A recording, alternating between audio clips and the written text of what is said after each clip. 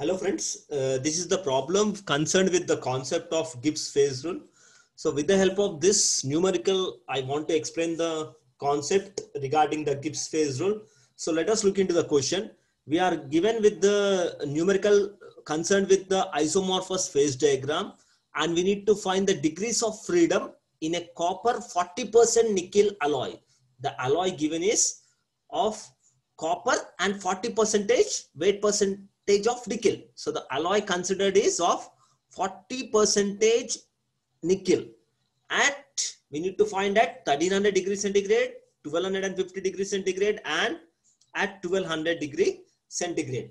So to find the degrees of freedom, we generally use the Gibbs phase rule, and it is given by P plus F is equal to C plus 2. So in this, we know that the P indicates number of phases in equilibrium, and coming into the most important term F, which is the degrees of freedom. So degrees of freedom indicates the number of variables which can be changed independently, without changing the phases in equilibrium, So generally we will consider the variables like temperature, pressure, and composition of phase or composition of phases. Generally, these are the external variables which are considered. And C indicates the number of chemically independent components. So number of components present in the system is denoted by C. The 2 indicates the 2 variables pressure, temperature. So coming to the problem, we need to find the degrees of freedom. It means we need to find how many variables we can change independently so that the phases are there in equilibrium, right?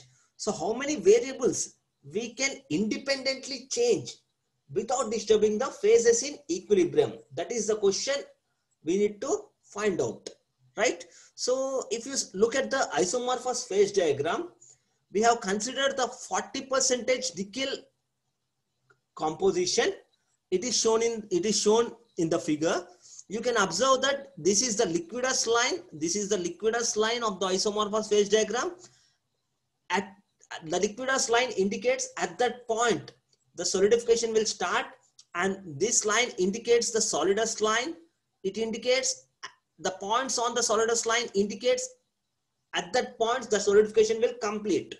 So you can see here at 1280 degrees centigrade for the 40% nickel alloy, the solidification will start, and at 1240 degrees centigrade, the solidification will complete. So we can write the phases in the given figure as this is the liquid phase. This area corresponds to liquid. This area corresponds to liquid plus alpha, and this area corresponds to alpha solid solution, right? So if you consider the point 1300 degrees centigrade, it will be lying above 1280. That is 1300 is here. Suppose 1300 it is here. Okay, this is the point considered 1300 degrees centigrade. So the number of phases is P is equal to 1 at 1300 degrees centigrade. So this phase diagram is constructed by assuming pressure as constant. So most of the phase diagrams are constructed by assuming pressure as constant. So we need to use condensed Gibbs phase rule.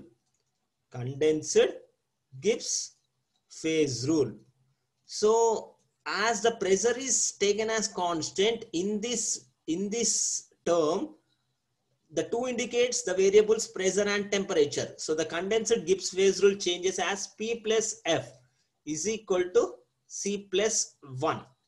So as the phase diagram is plotted by assuming the pressure as constant, we are going for the condensed Gibbs phase rule. So at 1300 degrees centigrade, so at 1300 degrees centigrade,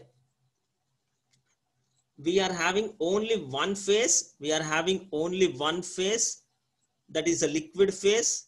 So if you find out the degrees of freedom, C minus P plus 1, so the number of components, copper is one element and nickel is one element. So number of components is 2. At 1300 degrees centigrade, we are having only liquid phase. So it is 1 plus 1. So it is, we got the degrees of freedom as 2. So now what does this degrees of freedom 2 indicates? So it means from the given figure, you can see that at any portion, we can at any values of pressure, at any values of the composition, and at any values of temperature, we can have liquid phase which exists.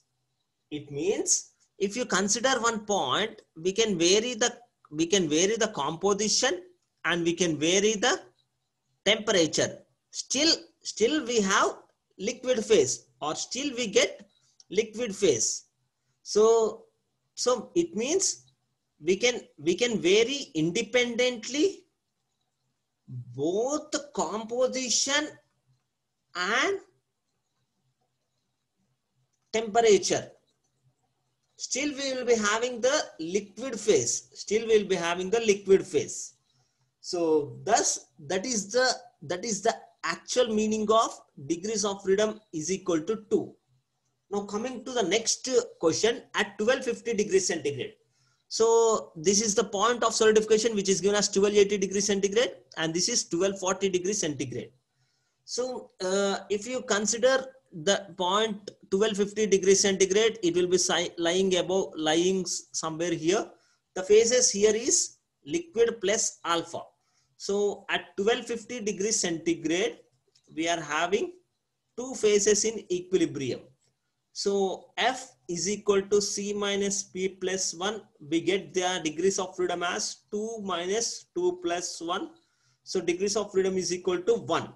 So degrees of freedom is equal to 1 means we can vary only one variable independently, right? So let us look into the diagram. Suppose we consider this point, and if we draw a tie line, or a horizontal line, if you fix a temperature value, automatically the compositions of the phases are getting fixed.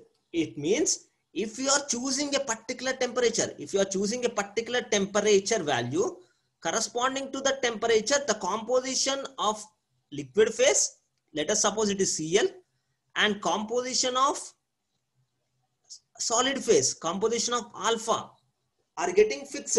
It means if you choose a temperature, the composition of liquid phase and the composition of alpha phase are getting fixed. Similarly, if you choose a particular composition, right, it exists, the two phases in equilibrium, liquid plus alpha, exists at this temperature, means if you are choosing a particular composition, the temperature is getting fixed, right?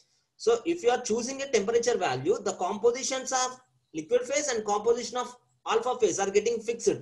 Similarly, if you are choosing composition of liquid phase, it implies temperature is getting fixed. This implies you can vary independently either the composition or temperature. So that is the meaning of degrees of freedom is equal to 1 indicates. So the two phases in equilibrium exists implies the degrees of freedom is equal to 1. It implies we can vary only one variable. We can vary only one variable independently. If you vary one variable, other variable gets automatically fixed.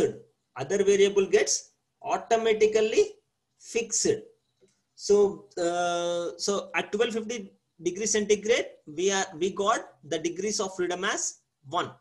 So the next is we need to find the degrees of freedom at 1200 degrees centigrade, right?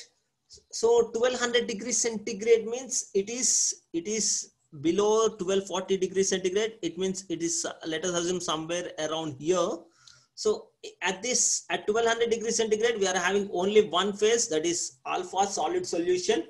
So at 1200 degrees centigrade, at 1200 degrees centigrade, at 1200 degrees centigrade, we are having one phase, that is alpha phase. So we need to find the degrees of freedom. So at 1200 degrees centigrade, the number of phases is equal to 1. The degrees of freedom F is equal to C minus P plus 1. We are having two components in the system, copper and nickel. Number of phases is 1 plus 1. So it comes, so degrees of freedom comes as 2. It means we can vary two variables independently so that the phase is not altered. It means if you take a particular point, if you vary the composition, still you are having the alpha phase. And if you are varying a temperature, still you are having the alpha phase within the limits given in the diagram. It means to describe a particular position, to describe a particular state, you need to mention the value of composition, and you need to mention the value of temperature. So that's what is the meaning of degrees of freedom is equal to 2 indicates. It means you can vary two variables. You can vary two variables independently. You can alter temperature and composition independently so that the number of phases within the limits given in the diagram are not changed. So finally at 1300 degrees centigrade, we got the degrees of freedom as 2. Means both temperature and composition can be varied independently within the limits of the figure, so that the phases are not changed. At 1250 degrees centigrade, we got the degrees of freedom as 1. It means we can alter only one variable. If you alter one variable, or if you consider one variable, if you consider temperature, automatically the composition gets fixed. Okay. And if you fix the composition of a phase, the two phases will be in equilibrium only at a particular temperature. The temperature gets fixed. So at 1200 degrees centigrade, we got similarly at 1200 degrees centigrade, we got the degrees of freedom as 2. The degrees of freedom as 2. So let's understand the same concept of Gibbs phase rule with a unary phase diagram. The phase diagram is considered of element magnesium. This is the phase diagram which is drawn for the element magnesium. So if you can see here, this is the liquid phase, liquid portion of the phase diagram. This is the solid phase and this is the vapor phase. So if you consider a point in the liquid phase, if you consider point A in the liquid phase, so if you apply the Gibbs phase rule, which is given by P plus F is equal to C plus 2. So the degrees of freedom is C minus P plus 2. The number of components considered is only magnesium. It is only one component. So 1 minus 1 plus 2. So we get the degrees of freedom as 2. It means we can vary both pressure and temperature independently. We can vary both pressure and temperature independently, so that there exists liquid phase within the limits of the phase diagram. So at this point, we are having liquid phase. At this point, we are having the liquid phase. At this point, we are having the liquid phase. At this point, we are having the liquid phase. It means to describe a particular state, we need to mention the pressure value and we need to mention the temperature value. So that's what the degrees of freedom is equal to 2 indicates. Similarly, if you consider a point on the phase boundary, the point B, it is a point on the phase boundary. It is a point on the phase boundary where the two phases in equilibrium exist. See, at this boundary points, we are having both solid and liquid are in equilibrium. So the number of phases is 2. So we get the degrees of freedom as C minus P plus 2. It is equal to 1 minus 2 plus 2. We get the degrees of freedom as 1. The degrees of freedom is equal to 1. 1 implies either pressure or temperature can be varied independently.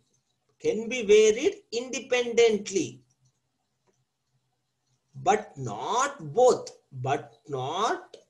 This is the important word. But not both. Both variables cannot be varied independently for the existence of two phases in equilibrium, for the existence of solid and liquid along this boundary line. Suppose if you choose a pressure value, right, the temperature gets fixed. Similarly, if you choose a particular temperature value where both the phases are in equilibrium, the pressure gets fixed. It means if you alter the temperature, you must alter the pressure value so that the two phases can be in equilibrium. So we are free to choose only one variable. That is the meaning of degrees of freedom is equal to 1 indicates. Similarly, if you consider a point C where all the three phases exist. So at point C, we are having all the existence of all the three phases, solid, liquid and vapor. We get the degrees of freedom as F is equal to C minus P plus 2. We get it as one number of components is 1, number of phases 3 plus 2. We get this as degrees of freedom as 0. It means we cannot vary either pressure or temperature. For the existence of all the three phases in equilibrium. It means at the triple point, all the three phases, solid, liquid, vapor, can be in equilibrium only at this particular pressure and only at this particular temperature. We cannot, if you choose other values of pressure and temperature, we cannot get all these three phases in equilibrium. So this is the concept with respect to Gibbs phase rule.